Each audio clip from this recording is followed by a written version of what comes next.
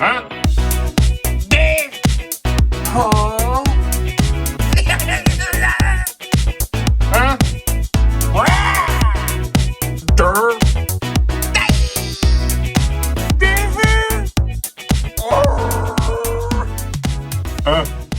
Dirty. Hey now, and welcome down to KC Toy Reviews. We are here today with The Hell Ranger by Thunder Toys, aka Sam Elliott's Ghost Rider from the movie, and well, you'll never guess this one, Ghost Rider. Now, I thought this figure would come in and be a big piece of crap, but I am happy to report it is actually pretty decent. So, let's fine-tune those details and dive right the hell in. Alright, so here we are with the Hell Ranger Standard version. The only reason I want to stress that is we do have three options out there. We have what's in front of us. There is the option to pick up the Hell Horse or Ghost Rider Horse, whatever the hell we want to call it. Now, the Hell Horse looks pretty cool and has good details. However, no articulation. It is just a 100% stiff body, so in my opinion, it is absolutely ridiculous for the price. And it kind of just reminds me of a Barbie horse, just those stiff plastic kid horses that come with your dolls and stuff. But again, it had decent detail to it. And of course, a light up functionality within it. And then the other version that I'm speaking of comes with a Sam Elliott head sculpt. Now, I'm going to go ahead and say Sam Elliott head sculpt. Here's the reason why I want to stress that consider me like the X-Files. You know, follow me if you want to know the truth. You have reviewers out there that have this figure in hand, a video on YouTube saying that the Sam Elliott head sculpt that came with it looks good. Now, forgive me, buddy, if you think that the head sculpt that came with the other version looks like Sam Elliott, I mean, I don't know what the hell you're smoking. It looks nothing like Sam Elliott. It basically just looks like a random cowboy, which is cool. I mean, you have a cool cowboy head sculpt, but again, when you have other reviewers out there saying just things look great all the time, the head sculpts look great, that's just the danger of this business. The fact of the matter is, and I will stress, it is an absolute fact, that head sculpt does not look like Sam Elliott. It basically looks like Sam Elliott's stunt double that got punched in the face a couple times. I mean, that's what it looks like to me. But anyways, that leads me to say that's why I went with this version. Why do we need a piece of crap head sculpt that looks nothing like Sam Elliott? Again, if you wanted a cowboy head sculpt, well, that kind of makes sense, but to me, that version is just garbage. The horse, yeah, that's kind of cool, but in front of us is the meat of the operations. This is the Ghost Rider. This is what we want on our shelves. So if we want to start what's in shot first, the coat material is fantastic. If people have seen the recent review of the atrocious Indiana Jones figure, it does have a nice leather pleather look to it. However, it is very forgiving. This one is not stiff whatsoever, very loose feeling. There's a wire at the bottom, which I'll show once we show off the stand. So there's a wire around some of the coat, but not through all of it. However, tailoring-wise, it sits pretty nice on him. If you can see in shot here, it hugs him pretty decent. Proportion-wise, I think they did a good job. It has a good fit on him. And then underneath the coat here, you have another kind of section of stuff here. You have this little vest. You have these trousers. There we go. Kind of see it there. The trousers are pretty cool. They have a decent fit on him. However, in my opinion, they are doomed. I can see that they are held on by a tiny... Oh, there goes the gun. Whatever. Well, it's die cast. So you can hear how heavy that thing fell. Nonetheless, we do have these trousers that are held on by a thin little piece of adhesive. So, in my opinion, those are going to go sooner than later. You can almost see the adhesive there, kind of just holding that on. So, again, just one of my first thoughts when I saw that and the way that was held on was that that is probably going to let go pretty soon. Again, depending on your climate and where you're from, yeah, humidity is not going to be a good friend to that. Now, onward to the stand. If you watch my videos, you will know I am a strong supporter of including a stand with every 1/6 scale figure. Not only for longevity, but for balancing purposes. I mean, not all figures stand great, and on top of that, we want it to merge with the rest of our collection. And about 85% of the market out there is including a stand, so we want this to blend with our collection. Well, obviously in front of us, we are happy to report Thunder Toys did include a stand. However, very similar to the Spider variant, they went the tacky route and slapped the Thunder Toys logo on the front. I mean, Thunder Toys, if you're going to continue to put out these 1/6 scale figures, and well, I think I speak for the rest of the community when I say we want you to keep doing it. You're doing a pretty good job so far. My only advice then is to stop including the name of your company on the stand. It is incredibly tacky and actually kicks it down a notch. As far as looking at this figure as a whole, it just ruins the immersion a little bit when your eyes are going from the head to toe and then you see your stand imprinted with the company name. So again, my advice is going forward, put the name of the guy, and if for some reason you don't want to put the name of the guy on there, don't put anything on there. But anyways, on top of that, we have this really odd lava Mustafar cracked looking surface. Probably should have went more pure fire, but these are small gripes. Ultimately, I'm happy that it came with a stand. The fact that it is black and red adds nice contrast to what we know is a fiery figure. So I'm still happy with what's there. It's just one of those things, again, when you're looking at it, you do kind of scratch your head going, the hell is that? Is that a lava planet he's standing on? Or is it, oh, you know what?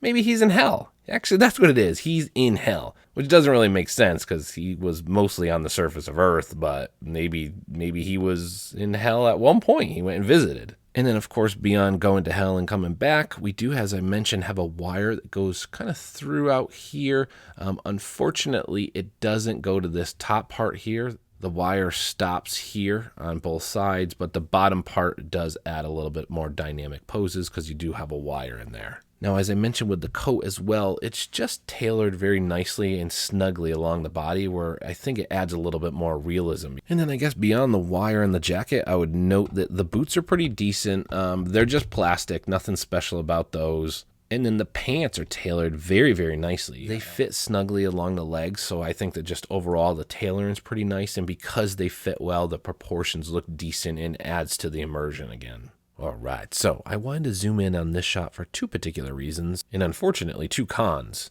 The first being the paint scheme on the fingers here, being that that's supposed to be bone within fire, is awful. Now, I'm sorry, for $200, I do expect things like that to be up to par.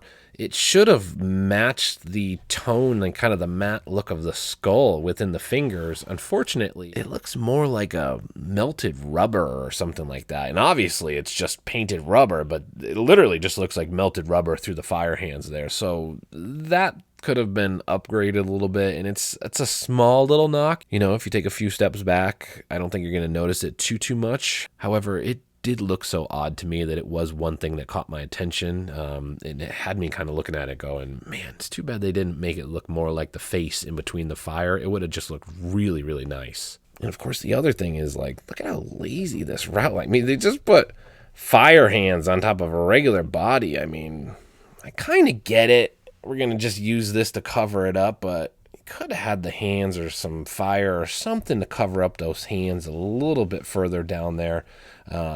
I've taken a lot of pictures of it, and you can see it. You really have to jack these things up to hide that perfectly under there. And again, it's a small gripe because it's something that, yes, we can easily cover up. However, when we are in this shot and we're looking at these shiny, rubbery fingertips, it's just, again, something to note that it's like, well, he would at least have skeletal arms or fire or something that went down a little bit.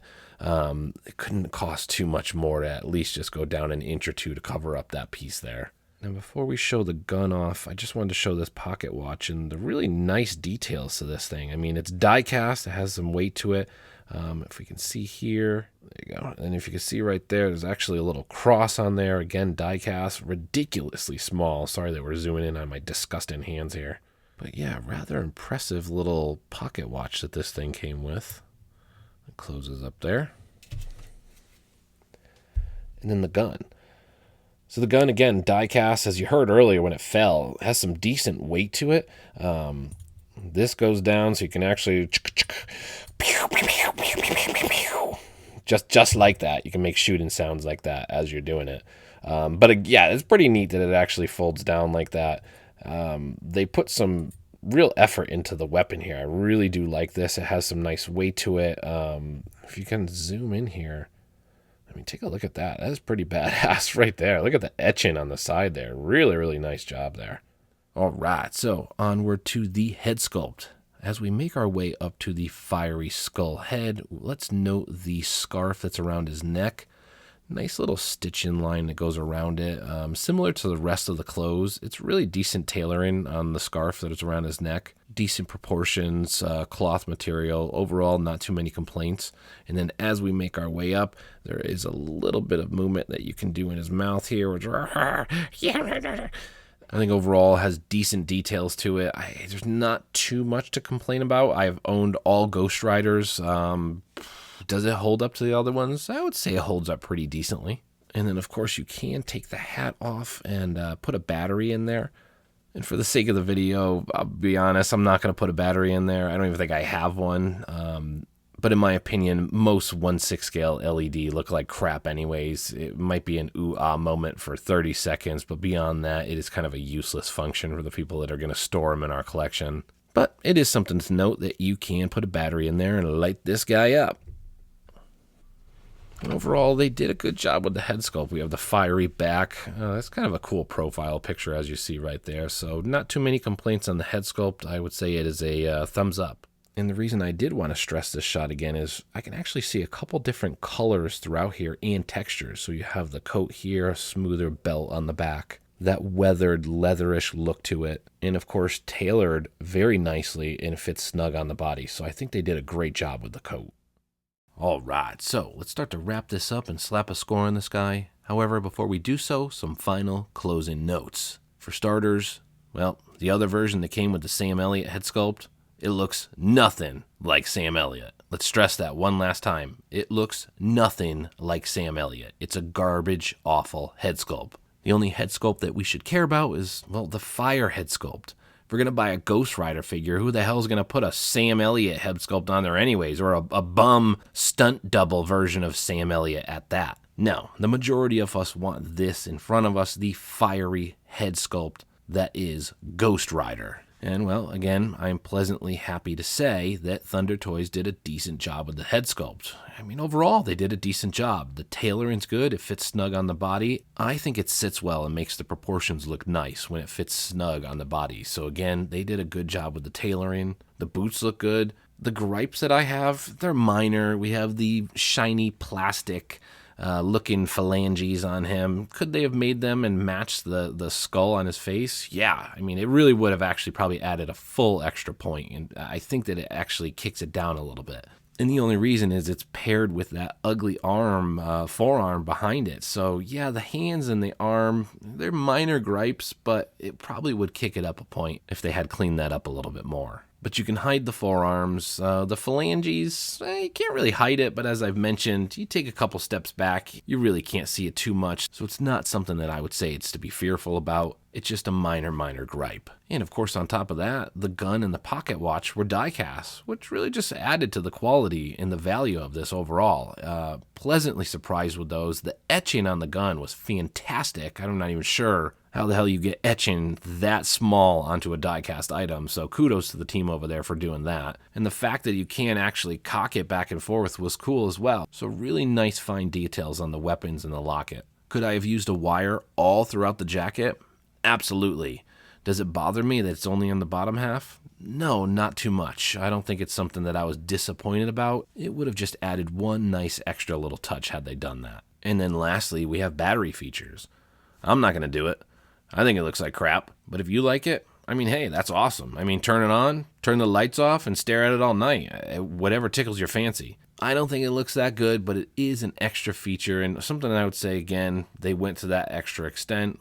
We got to give kudos to the team over there still. And as we trek on forward, Thunder Toys, the last thing that I would stress is please stop putting your company name on the figure stands. Just stop it. It is just downright embarrassing and tacky at this point. When you have a nice, classy figure in front of us and our eyes glance down to Thunder Toys, even your logo is not that good. It just looks like a regular Microsoft font with a triangle next to it. So, I mean, come on, Thunder Toys, get rid of that. Put it on the bottom of the stand or the back of it. I mean, put it on the back of it. That wouldn't be that bad. I don't think it would bother me if it was on the back. But the front, it's incredibly tacky. And then one last thing that I would note, there are actually no extra hands that came with this, which is shocking. It's probably a first. I don't think I've ever got a 1/6 scale figure that didn't have interchangeable hands. Which is funny because most of my videos, I think there's an assumption that I'm like, hey, here's your accessories. I don't usually show off all the hands unless it's like a DX figure or something like that. But the fact that this guy came with no changeable hands was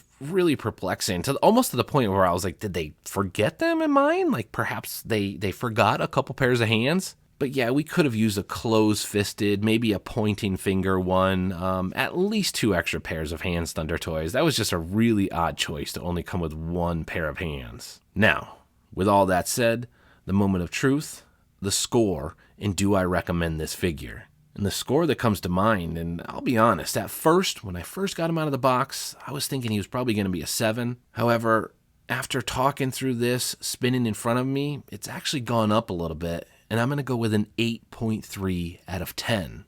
And I would say, yeah, I do recommend this guy. I think at an 8.3 out of 10, it's a recommended buy. You know, articulation-wise, pretty crazy. He's double jointed at the elbows and the knees, so you could do some really crazy articulation. I'm not sure why with a figure like this, but it's something to note that you can get him into some really nice poses. Because of being double jointed and having a cloth suit on top of it, it really leaves a lot of room and flexibility with how you want to pose him. And of course, it's not going to damage or leave any permanent creases because of the material on this guy. So yeah, you can get some really cool poses. And I will say again, I'm excited it's an 8.3. You know, as I saw another review of it, I was just thinking, it's not going to be that great of a figure, but having it in hand, an 8.3, I'm excited to add him into my collection. Who knows how long he's going to be there, but I will stress he has some great shelf presence, and that gun is really eye-catching. So, with all that said, 8.3 out of 10, Ghost Rider. One of the worst Sam Elliott head sculpts I've ever seen in my life on the other version. But hey, we don't need that version. All we need is the version in front of us. The standard Hellranger by Thunder Toys. Now, I'm probably going to drop something because he's got a lot of pieces on him, but I don't give a crap because I'm going to do the same thing as I always do, and I'll see you guys next time!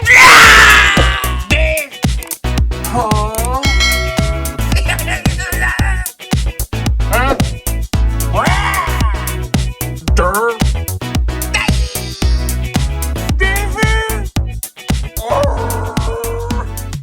Huh?